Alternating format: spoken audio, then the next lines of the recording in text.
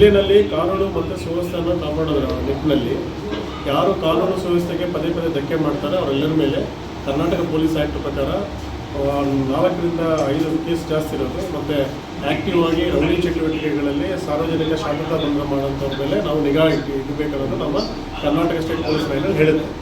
ಹೀಗಾಗಿ ನಮ್ಮ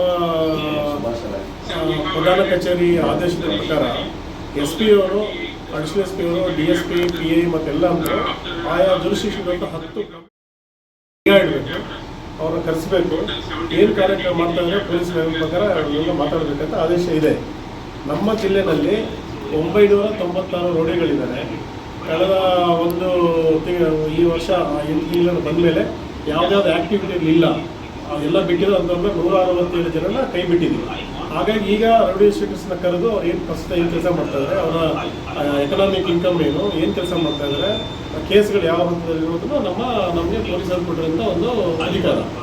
ಇದು ನಿನ್ನೆ ನಾವು ನಮ್ಮ ಇವತ್ತು 10 ಜನ ಕರೆದು ಮಾತಾಡಬೇಕಾಗಿತ್ತು. ನಿನ್ನೆ ನಾನು ಸಿರ್ಸಿನಲ್ಲಿ ಕದಂಬೋತ್ಸವಕ್ಕೆ ಅಲ್ಲಿ ಹೋಗೋದಿದ್ದೆ. ಹಾಗಾಗಿ ಜಿಲ್ಲೆಯಲ್ಲಿ ನನಗೆ 10 ಜನ ಇನ್ಕ್ಲೂಡಿಂಗ್ ಭಟ್ಕಳದಲ್ಲಿರುವಂಥ ಈ ಶ್ರೀನಿವಾಸ ಮತ್ತು ಇನ್ನೊಬ್ಬ ವ್ಯಕ್ತಿ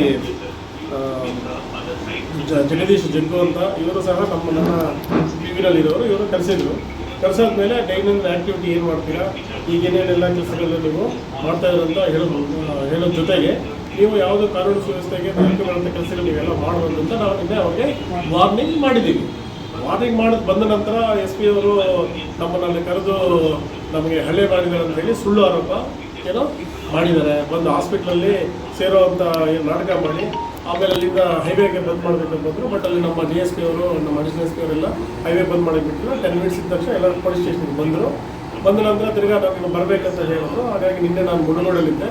ಅದು ಬೆಳಗ್ಗೆ ಜಾವ ಬಂದು ಇಲ್ಲಿ ಬೆಳಗ್ಗೆ ಚನ್ನಪಟ್ಟಣ ದೇವಸ್ಥಾನಕ್ಕೆ ಹೋಗಿ ನಮ್ಮ ನೆಕ್ಸ್ಟ್ ಬಂದೋಬಸ್ತೆಲ್ಲ ಮಾಡೋದಂತ ನಮ್ಮವ್ರಿಗೆಲ್ಲ ಹೇಳಿ ನಾನು ಬಂದ ತಕ್ಷಣ ಅವರು SP ಅವರು ನಡ್ಕೊಂಡಿದ್ದು ನಮಗೆಲ್ಲ ಏನೋ ತುಂಬ ಮಾನಸಿಕವಾಗಿ ಹಿಂಗಾಗಿದೆ ಅಂತೆಲ್ಲ ಹೇಳ್ತಾ ಇದ್ರು. ಆಯಿತು, ನಾವು ಹೇಳಿದ್ದು ನಾವು ಕಾನೂನುಬದ್ಧವಾಗಿ ಏನು ಕೆಲಸ ಮಾಡಬೇಕು ಮಾಡಿದ್ದೀವಿ, ನಾವು ಅದನ್ನು ಫೇಸ್ ಮಾಡ್ತೀವಿ. ಯಾರು ಈ ರೌಡಿ ಚಟುವಟಿಕೆ ಬಿಟ್ಟು ಪ್ರಧಾನ ಸಮಿತಿಗೆ ಬರಬೇಕನ್ನೋದು ನಮ್ಮ ಉದ್ದೇಶ ಇರುತ್ತೆ. ಮತ್ತು ಅವ್ರಿಗೆ ನಮ್ಮ ಪೊಲೀಸ್ ಪ್ಯಾನಲಲ್ಲಿ ಏನು ವಾರ್ನಿಂಗ್ ಕೊಡಬೇಕು ನಾವು ಅದನ್ನು ಮಾಡಿದ್ದೀವಿ. ಅವ್ರು ಮಾಡ್ತಿರೋದೆಲ್ಲ ಆರೋಪಗಳು ಸುಳ್ಳು.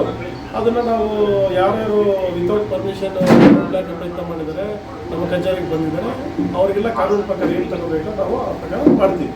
ಆಮೇಲೆ ಇವತ್ತು ತುಂಬ ನಾಯಕರು ಅವರೆಲ್ಲ ಬಂದು ನನ್ನ ಜೊತೆ ಮಾತಾಡಿದರು.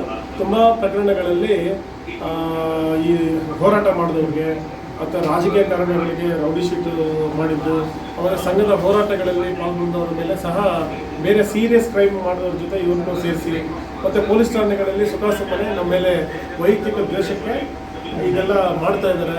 ಅದೆಲ್ಲ ಸರಿ ಹೋಗ್ಬೇಕನ್ನೋದನ್ನು ಸಹ ಎಲ್ಲ ಸಂಘಟನೆ ಮುಖಂಡರು ಬಂದು ನಮ್ಮ ಹತ್ರ ಮಾತಾಡಿದ್ದಾರೆ.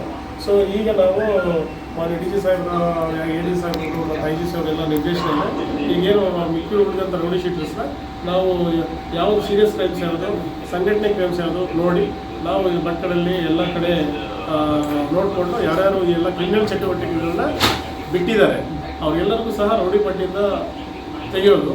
ಯಾರು ತಿರ್ಗಾ ಆ್ಯಕ್ಟಿವ್ ಆಗಿ ಪದೇ ಶಾಂತಿ ಬಂದಕ್ಕೆ ಬಂದಿರೋ ಅವ್ರ ಮೇಲೆ ಗೂಟ ಆ್ಯಕ್ಟ್ ಮತ್ತು ಅವರ ಬಾಂಡ್ ಹಾಕಿ ಮತ್ತು ಎಕ್ಸ್ಟರ್ಮೆಂಟ್ ಕೆಲಸನ ನಾವು ಮಾಡ್ತೀವಿ.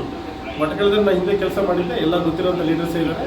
ಅವ್ರವ್ರ ಸಂಘಟನೆದ ಅವ್ರದ್ದು ಓದಿತ್ತು, ಏನೋ ಆಟೋ ಚಾಲಕ ಅಂತ ಮಾಡಿದ್ರು, ಆ ಥರ ಇಲ್ಲ. ನಮಗೆ ಕ್ರೈಮು ಅವ್ರೇನು ಮಾಡಿದ್ದಾರೆ ಅದನ್ನು ಸರಿ ಮಾಡಿಸ್ಕೋಬೇಕು, ಮುಂದಿನ ಕ್ರೈಮ್ ಹೋಗ್ಬಾರ್ದಂತ ಮುಂಜಾಗ್ರತಾ ಕ್ರಮಗಳೇ ಸೆಕ್ಯೂರಿಟಿ ಏನು ಪ್ರೊಸೀಡಿಂಗ್ಸ್ ನಾವು ಏನು ಮಾಡಬೇಕು ಅಷ್ಟೇ ಮಾಡಿದ್ವಿ.